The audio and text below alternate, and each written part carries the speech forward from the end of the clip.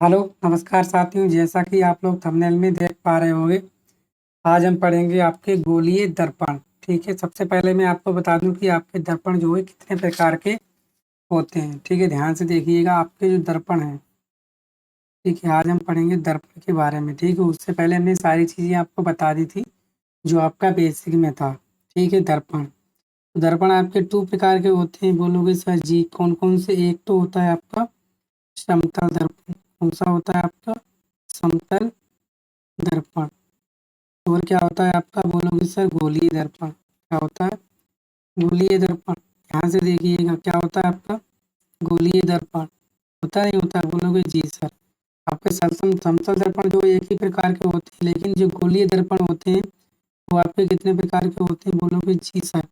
वो होते हैं आपका अवतल दर्पण। ठीक है ना, एक होता है आपका अवतल दर्पण और दूसरा होता है आपका कौन सा? बोलोगे सर उत्तल दर्पण। होता नहीं होता है? ठीक है, उत्तल दर्पण। तो सबसे पहले हम पढ़ने वाले हैं गोलीय दर्पण। ठीक है, समतल दर्पण भी हम लोग पढ़ेंगे। ठीक है ना, समतल दर्पण बाद में हम लोग पढ़ लेंगे क्योंकि इसमें छोटी सी चीज़ें होती हैं वो मैं आपको बता दूंगा। जैसे आपकी समतल दर्पण की फोकस दूरी कितनी होती है? बोलोगे सर अनंत होती है। ठीक है ना, फोकस दूरी कितनी होती है? अनंत होती है। और क्यों होती है तो ये भी हम आपको बताएंगे। आपका कौन समतल दर्पण यही तो होता है? बोलोगे जी सर यही समतल दर्पण होता है। मान लीजिए क्या होती है आपकी मुख्य अक्ष होती है कि नहीं? मान लीजिए आपने वस्तु यहाँ पे रखी तो इसका क्या होगा? यहाँ पे पड़ेगी तो इसका क्या होगा? परावर्तन होगा, तो इस तरह मुड़ेगी। ठीक है ना, है कि नहीं? बोलोगे जी सर। जब आप इधर बढ़ाओगे, जी एक वस्तु यहाँ पे ऐसे करके रखोगे अनंत पे, ठीक है ना, ऐसे करके जब यहाँ पे प्रकाश किरणें चलेंगी तो आप इधर बढ़ाओगे, इसका भी रिफ्लेक्शन होगा नहीं होगा? तब आप इधर बढ़ाओगे तो क्या होगा? जितनी दूरी पर आप वस्तु रखते हो उतनी दूरी पर क्या बनता है? आपका प्रतिबिंब बनता है। इसीलिए जो है दर्पण की फोकस दूरी क्या होती है? अनंत होती है। मैं इसके बारे में आपको आगे बताऊंगा। ठीक है ना, बस आप लोग इतना याद रखिएगा। ठीक है, आप हम पढ़ने वाले हैं क्या? दर्पण। दर्पण में क्या पढ़ेंगे? सबसे पहले हम लोग पढ़ने वाले हैं अवतल दर्पण। कौन सा दर्पण? अवतल दर्पण। आप लोग हेडिंग डाल लीजिएगा। लेकिन देखिए अवतल दर्पण क्या है। तो यहाँ पे लिखा है कि गोलीय दर्पण क्या होते हैं आपके? 2 प्रकार के होते हैं। ठीक है ना, एक तो होता है क्या? अवतल दर्पण, दूसरा उत्तल दर्पण। ठीक है, सबसे पहले हम जान लेते हैं आपके अवतल दर्पण के बारे में। ठीक है, इसके बारे में डालेंगे अवतल दर्पण में। ठीक है, देखोगे अवतल दर्पण को आप ध्यान से देखिएगा, अच्छे से समझिएगा। ठीक है ना, देखो बात करते हैं अवतल दर्पण। अवतल दर्पण क्या होता है? इस दर्पण में उत्तल पृष्ठ, उभरे हुए पृष्ठ पर चांदी की पॉलिश अथवा कलई की जाती है। क्या बोला सर? इस दर्पण में उत्तल चांदी की जाती है, ठीक है, अथवा कलई की जाती है तथा प्रकाश का परावर्तन अंदर की ओर दबी सतह से होता है। क्या मतलब? ठीक है, क्या होता है? अंदर की ओर दबे सतह से होता है। ठीक है, इसका क्या मतलब? देखिएगा, ये होता है आपका क्या? अवतल दर्पण कैसा होता है? ऐसा ही होता है। ठीक है ना, आपका जो है इधर देखिएगा, मैं आपको बता देता हूँ। ठीक है ना, इसके अवतल दर्पण के बाद आपका जो कैसा होता है अवतल दर्पण? इस तरह से आपका अवतल दर्पण होता है। ठीक है ना, इसका जो परावर्तन होता है क्या होता है? ये इस तरह से होता है आपका कौन सा? अवतल दर्पण। ये आपका कौन सा दर्पण है? बोलोगे सर अवतल दर्पण है। ठीक है नहीं? बोलोगे जी सर। इधर क्या कर दी जाती है? कलई कर दी जाती है, चांदी की पॉलिश कर दी या कलई कर दी? कलई किया हुआ। ठीक है, ये क्या होते हैं आपके? देखो, है कि नहीं? इसका परावर्तन क्या होता है? अंदर दबे हुए पृष्ठ की तरफ। ये अंदर दबा हुआ है ना, तो इसकी जो परावर्तन कहाँ पे होता है? अंदर दबी हुई सतह पर। यानी कहाँ पे होगा? यहाँ से क्या होगा? इसका परावर्तन होगा। ठीक है, अंदर दबी हुई सतह पर जो होता है इसका क्या होता है? परावर्तन होता है। ठीक है ना, समझ लिया ना? देखो यही इसमें कि जो होता है प्रकाश का परावर्तन जो है अंदर की ओर और दबी सतह से होता है कि नहीं? ये लिख लिया हमने? बोलोगे जी सर।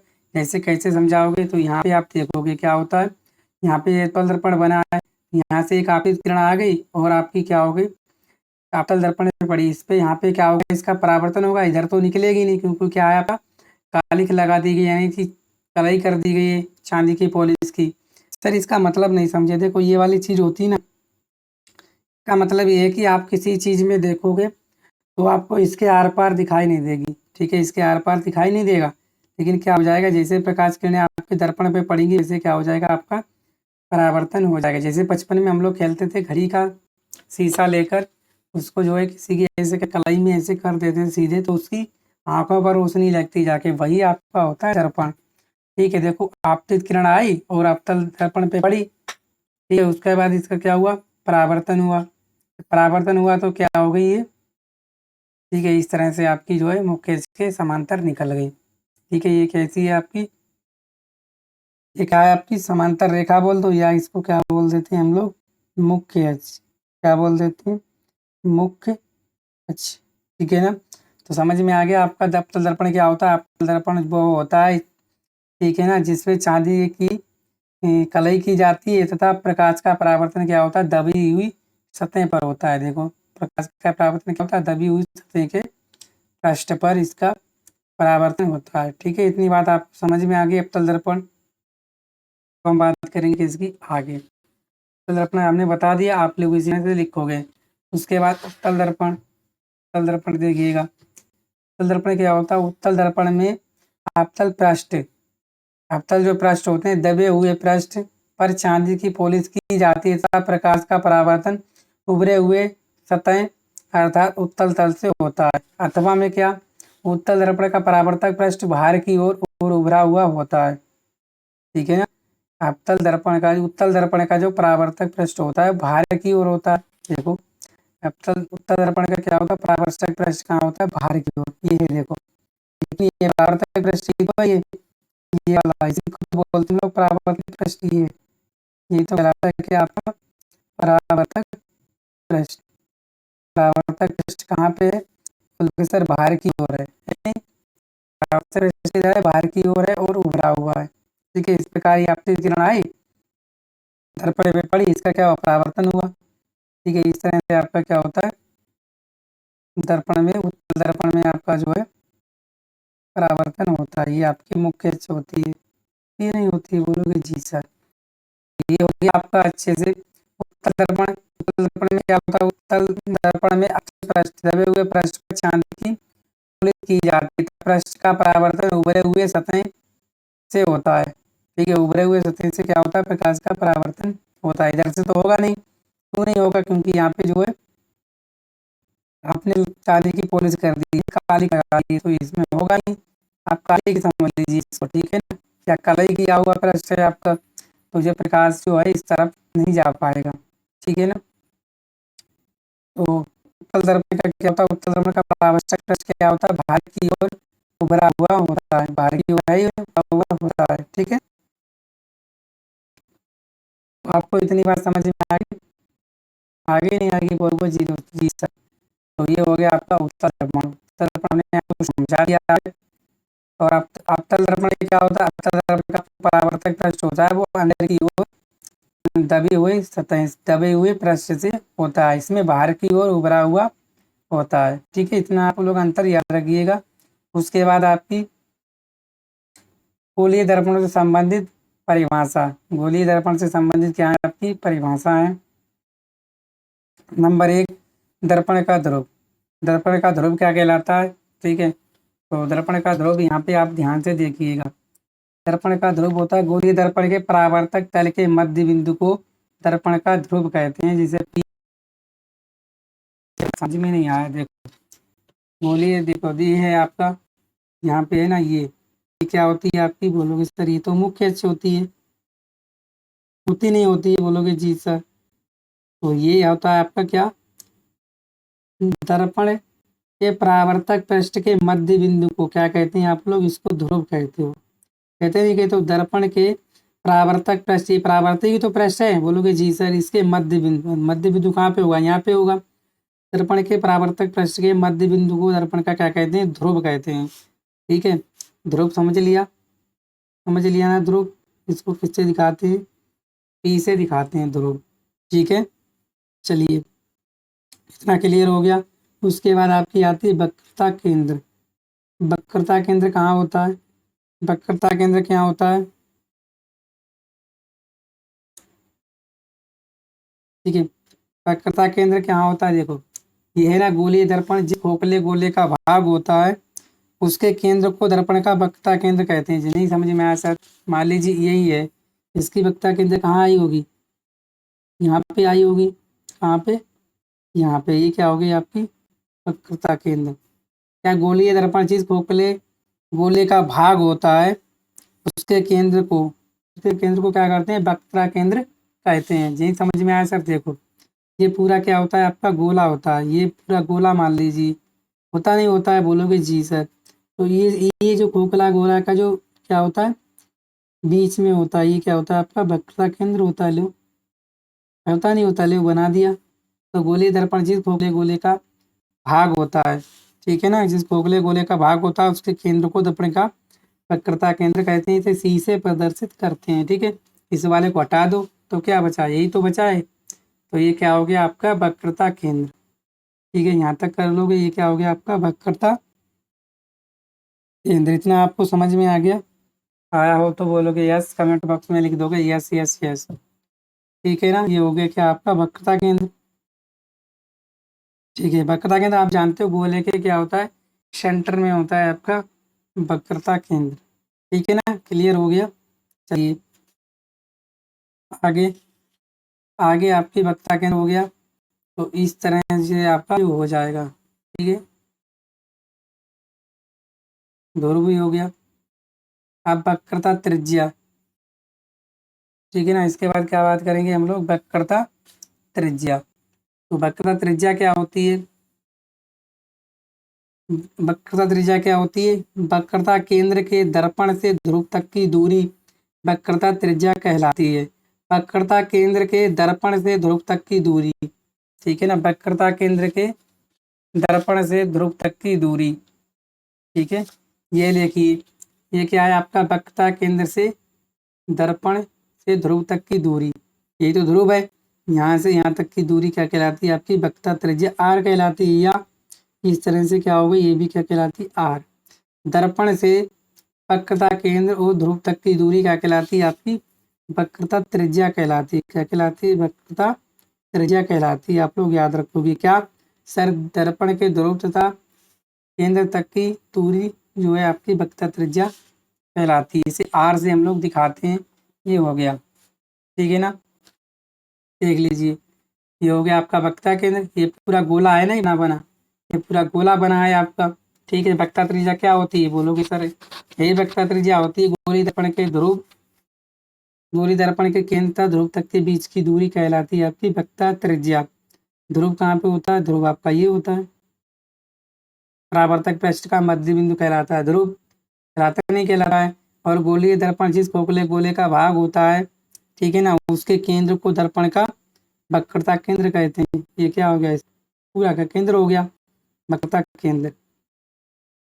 क्लियर हो गया? इतना आपको नोट्स मिल जाएंगे, आप टेंशन बिल्कुल भी मत लीजिएगा। तो आगे चलते हैं हम लोग मुख्य एच। अब क्या पढ़ेंगे हम लोग? मुख्य एच। मुख्य एच को देखेंगे क्या होता है? गोलीय दर्पण के ध्रुव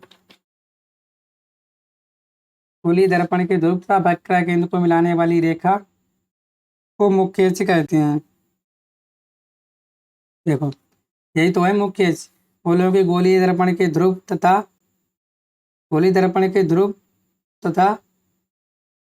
ठीक है ना, गोलीय दर्पण के ध्रुव हो गया तथा वक्रता केंद्र को मिलाने वाली, ये वक्रता केंद्र को मिलाने वाली रेखा क्या कहलाती है? मुख्य एच कहलाती है। गोलीय दर्पण के ध्रुव तथा वक्रता केंद्र को मिलाने वाली रेखा आपकी मुख्य एच कहलाती है। ये वाली बात याद रखना। इसके बाद आता है आपका मुख्य फोकस। मुख्य फोकस को आप लोग ध्यान से देखिएगा।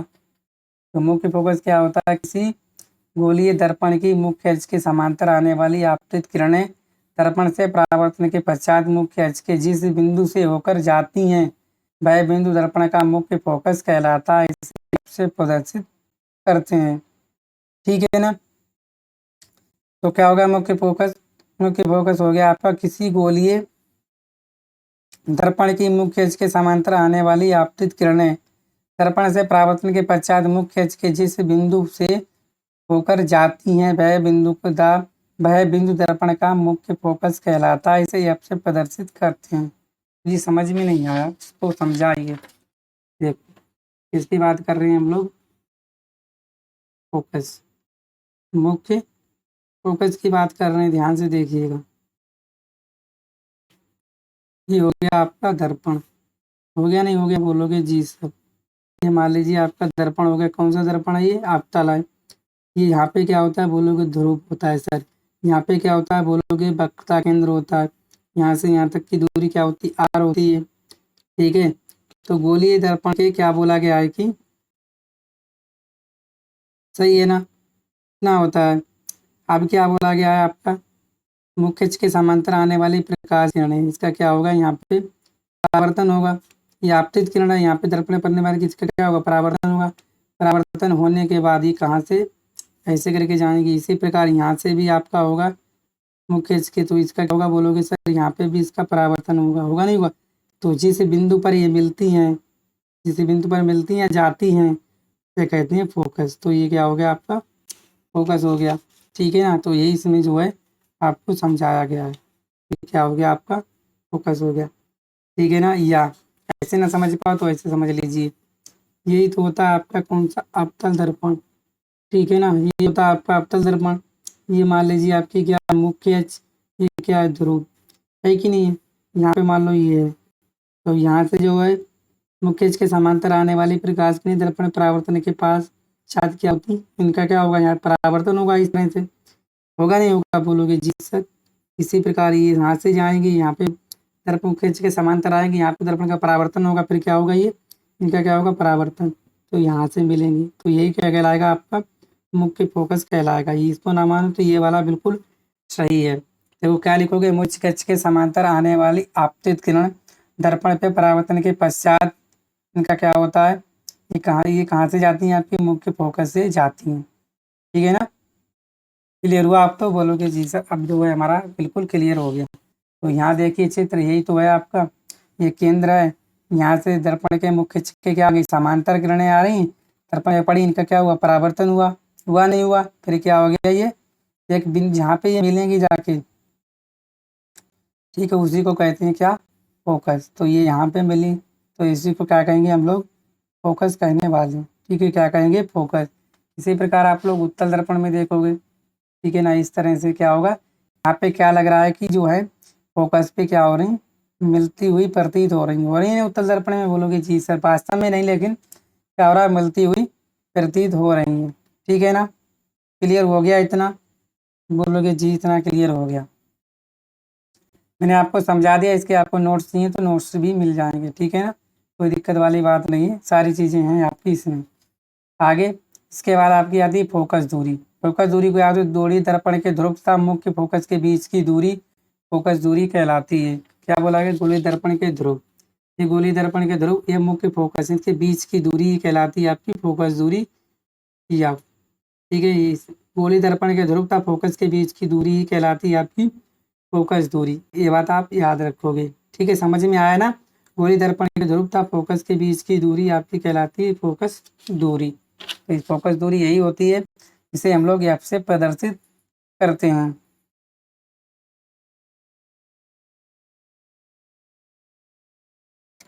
आगे गोली दर्पण का फोकस उसके ध्रुव तथा वक्रता केंद्र के ठीक मध्य में होता है, बिल्कुल सही बात कहा है। होता नहीं होता, गोली दर्पण का फोकस कहाँ होता है, उसके ध्रुव तथा वक्रता केंद्र के ठीक बीच में होता है, इसीलिए इसकी गोली दर्पण की जो वक्रता त्रिज्या क्या होती है आपकी, फोकस दूरी क्या होती है, वक्रता त्रिज्या की क्या होती है, आधी होती है। ध्यान से देखिएगा, यही तो चित्र है आपका, यहाँ पे देखो, ये क्या है आपकी, यहाँ से यहाँ तक क्या है, बोलोगे सर यहाँ से यहाँ तक त्रिज्या है। देखो ध्यान से देखना, मैं फिर से बना रहा हूँ, क्योंकि ये लाइन जो है बहुत ही इंपॉर्टेंट है, आपको कोई नहीं बताएगा। यहाँ भले ही चित्र सही नहीं बन रहा हो, कोई दिक्कत नहीं है, क्योंकि हम जो है पढ़ा रहे हैं तो चित्र आपका गलत बन पा रहा है, ठीक है। यहाँ देखो, ये क्या होता है आपका, ध्रुव होता है, होता नहीं होता है। ये क्या होती है आपकी मुख्य अक्ष, मुख्य अक्ष होती है, बोलोगे जी सर। यहाँ पे क्या होता है आपका केंद्र, यहाँ पे क्या होता है आपका फोकस। केंद्र से ध्रुव तक की दूरी क्या कहलाती है आपकी, क्या कहलाती है, वक्रता त्रिज्या। तो ये तो हो गई आर, हो गई नहीं हो गई। और क्या सर बोला, और बोला है ध्रुव तथा फोकस के बीच की दूरी क्या कहलाती है आपकी फोकस दूरी। फोकस दूरी लिख लीजिए आप। अब देखो ये पूरी आ रही है, क्या हो गई आधी हो गई ना। फोकस दूरी जो है वक्ता त्रिज्या की क्या होती है आधी होती है होती नहीं है पूरी है। और यहाँ पे क्या हो गई आधी आधी हो गई नहीं होगी r/2 हो गई, ये भी क्या हो गई r/2। तो ये आपकी क्या होती है फोकस दूरी वक्ता त्रिज्या की क्या होती है आधी होती है सर। फोकस दूरी जो है वक्ता त्रिज्या की क्या होती है आधी होती है। ये लोग आप लोग नोट कर लीजिएगा, ये इम्पोर्टेंट है और पेपर में बहुत ही बार ये चीज जो है आपके पेपर में पूछी गई है। जो फोकस दूरी होती है वक्ता त्रिज्या की क्या होती है आधी होती है। ठीक है, इतना आपको क्लियर हो गया है। चलिए, इतना होने के बाद कल हम पढ़ेंगे आपके किरण आरेखों का उपयोग करके गोली दर्पणों द्वारा बने प्रतिबिंब का निरूपण, यानी कैसे प्रतिबिंब हम लोग बनाते हैं कि जब वस्तु अनंत पे रख दें, जब वस्तु वक्ता केंद्र फोकस के बीच में रख दें, जब वस्तु फोकस पे रख दें। इस तरह से आप लोग कैसे प्रतिबिंब बनाओगे, इसके जो नियम है मैं आपको शानदार जानदार कराने वाला हूँ। ठीक है, तब तक के लिए आप लोग अपना ख्याल रखिए, वीडियो को शेयर कीजिएगा, चैनल पर नए चैनल को सब्सक्राइब भी कर लीजिएगा। ठीक है, थैंक यू।